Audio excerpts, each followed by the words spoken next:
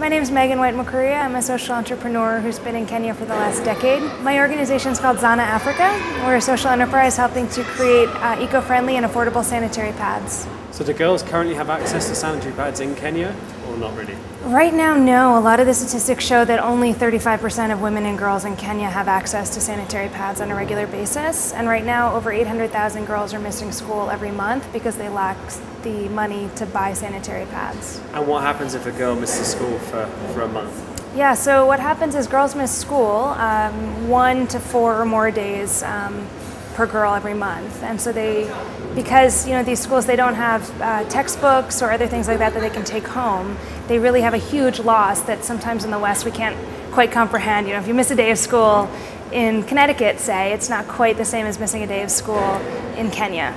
So these girls stay home, their grades start dropping, and eventually their parents don't want to pay for them to go to school anymore, especially if their brother's doing better than they are. So they drop out and they eventually get married earlier and things like that. So why is it important for girls to get an education? I think by now we all know that educating girls really does change the world. In the short term, girls are less likely to be HIV positive, they're less likely to die. The #1 cause of death for teen girls is unwanted pregnancies that develop complications. So girls who stay in school are better off than their peers in the immediate term, and in the long term, educating girls gives them more income. For example, a girl who finishes secondary school is going to have 20% more income than her counterpart who's dropped out in the future. The Nike Foundation actually did a study that showed that right now the cost of girls dropping out in Kenya is costing the Kenyan economy $500 million every year. But if they were to be educated to the same level as boys, they would generate $2 billion a year to the Kenyan economy. So on the macroeconomic scale, it transforms a nation, and on the household level, a girl is able to then, with more education, choose when and how with whom she has children, how many children she has. Those children are better educated, they're less likely to die before age 5. All of those indices for Millennium Development Goals, everything goes up with educating women. So what have been some of the key lessons learned over the last year?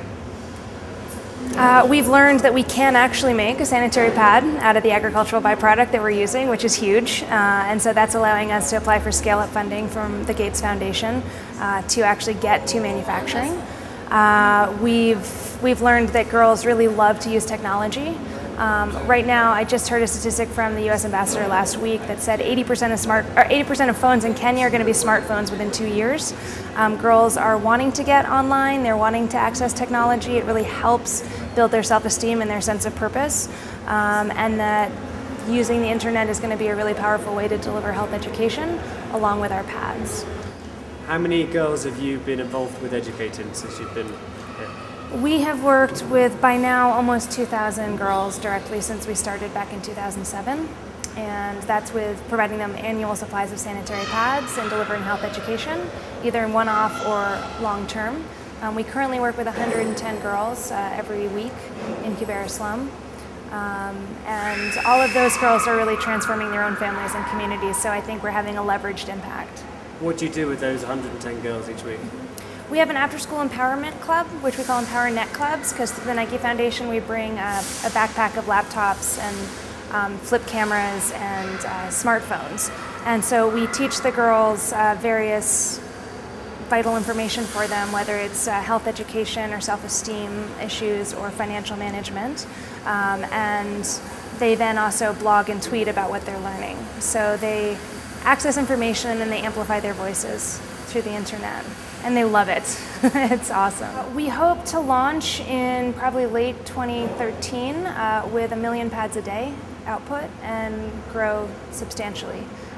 So I would hope that right now 65% of girls and women can't afford sanitary pads across Kenya and about 80% of women and girls across East Africa.